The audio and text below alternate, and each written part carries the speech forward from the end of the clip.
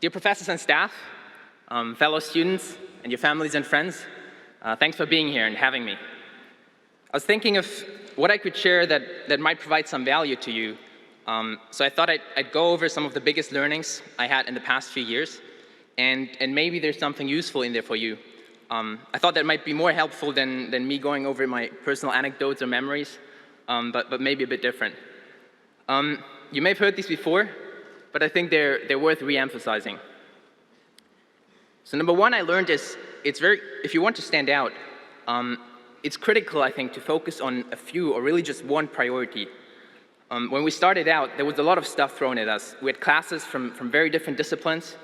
You had all of your new classmates that you wanted to spend time with and socialize, hundreds of student clubs you can join at ESSEC, and you probably also want to do some sport.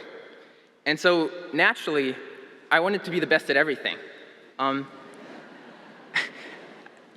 thought I could create a student club and at the same time be the best across all classes and also learn a dozen languages and make good friends and also stay fit.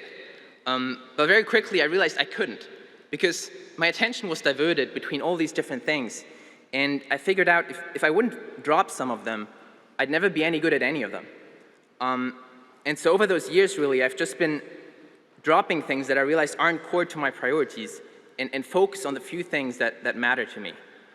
For example, I think in my entire university life, I've attended like 2 or 3 parties. And that's not to say that that is the way to go. It's to say that I think you should try to figure out what matters to yourself and then focus on that relentlessly. Because if you don't sacrifice other things for your goal, then your goal becomes the sacrifice. And then I think once your priorities are clear, you need the right tools and decision-making to go after them. And we've been very lucky to have amazing mentors here that have taught us important frameworks to structure our thinking.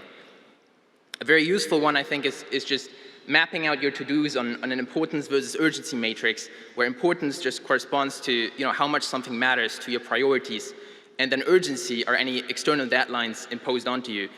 And I pretty much use this all the time to go over my personal to-dos and also at work to figure out what I'm going to tackle each day. And there are a bunch of others that we've learned. First principle thinking, decision matrices, and MECE, which I think are super useful to structure your thinking, both in your personal and professional lives.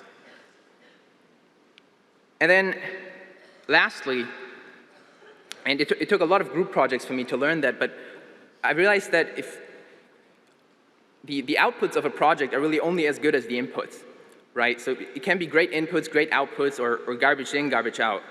And so if you tackle something, I think it's really critical to surround yourself with people that are much better than yourself at that domain you're tackling.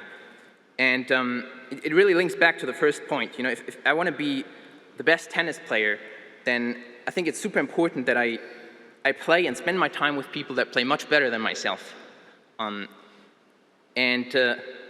I think as all of you go out there right now and join companies, go into new schools or even create your own company, probably if you look up to the people that you'll be working with, then I think it's the right place to be. If you don't join a place where the people inspire you, then I think it really hinders your growth. And so, I hope that all of you have found such a place, or if not, we'll do so soon. Thanks.